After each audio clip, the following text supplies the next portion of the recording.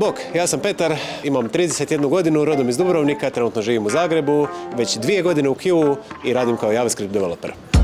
Trenutno sam dio tima 3, Work Permits, i u timu mi je odlično, prezadovoljan sam, pozdrav cijeloj ekipi. Relativno nedavno smo bili u Saudijskoj Arabiji, poslovno. Bilo je izvrsno, totalni kulturni šok. Kultura zapanjujuća, ljudi divni, predragi i hrana odlična.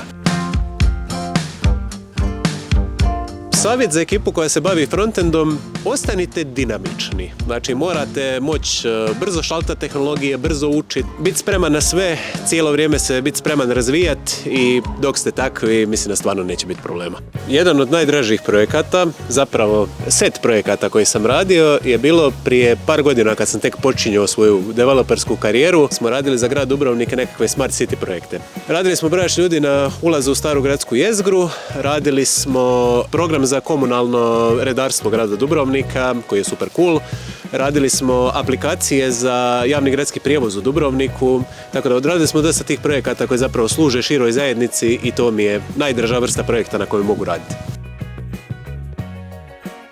Ljubav prema padobranstvu i ljubav prema letenju, avijaciji generalno je zapravo cijeloživotna. Kad sam imao 8 godina, mislim da sam prvi put upalio simulator letenja i više nakon toga nikad nisam stao. Poziv jednostavno uvijek bio tu, sa 29 sam odlučio da imam dovoljno novca za bacat na padobranstvo i u tome trenutku je krenula cijela priča. Padobranstvo se bavim 2 godine i mislim da je nešto bi svatko trebao barem jedanput probati u životu.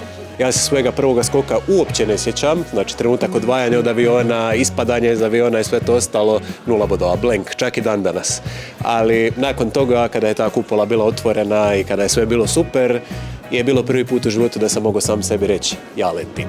Jako puno ljudi ima percepciju padobranstva kao adrenalinskog sporta, a ja moram reći kada prođe onih prvih 20-30 skokova i kad se dođe na svoje i kad počne biti opušteno, ja to zovem doslovno aktivnom meditacijom. Znači, odvojite se od aviona i mir, tišina na nekih 40-50 sekundi. Na svakodnevni život mi je pomogla činjenica što sam se naučio brže nositi sa hitnim situacijama. Znači, u padobranstvu kada se nalaziš na 200-300 metara i moraš donijeti brzu odluku, tu nema vremena za sklupčat se i očajavati, nego mora se donijeti instant odluka.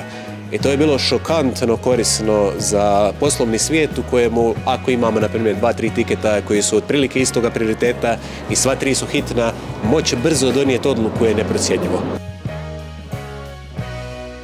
Odnedavno sam krenuo sa privatnom pilotskom dozvolom i cilj je kroz nekakvih 4, 5, 6 mjeseci prvi put sjesti u avion i prvi put poletiti sa instruktorom. Moći pospremiti svoje prijatelje u avion i poći negdje na more avionom i da ja to letim mi zvuči za sad još uvijek nevjerojatno, ali se iznimno radujem tome.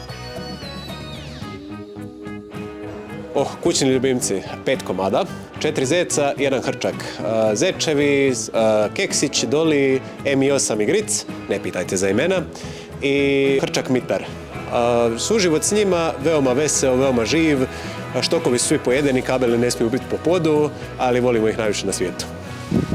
I ekipa na samome kraju, hvala vam na gledanju. Nadam se da ste ovo našli edukativnim, poučnim i u krajnjem slučaju zabavnim. I dok se ne vidimo sljedeći put u uredu ili preko Slacka, Teamsa, nečega, doviđenja.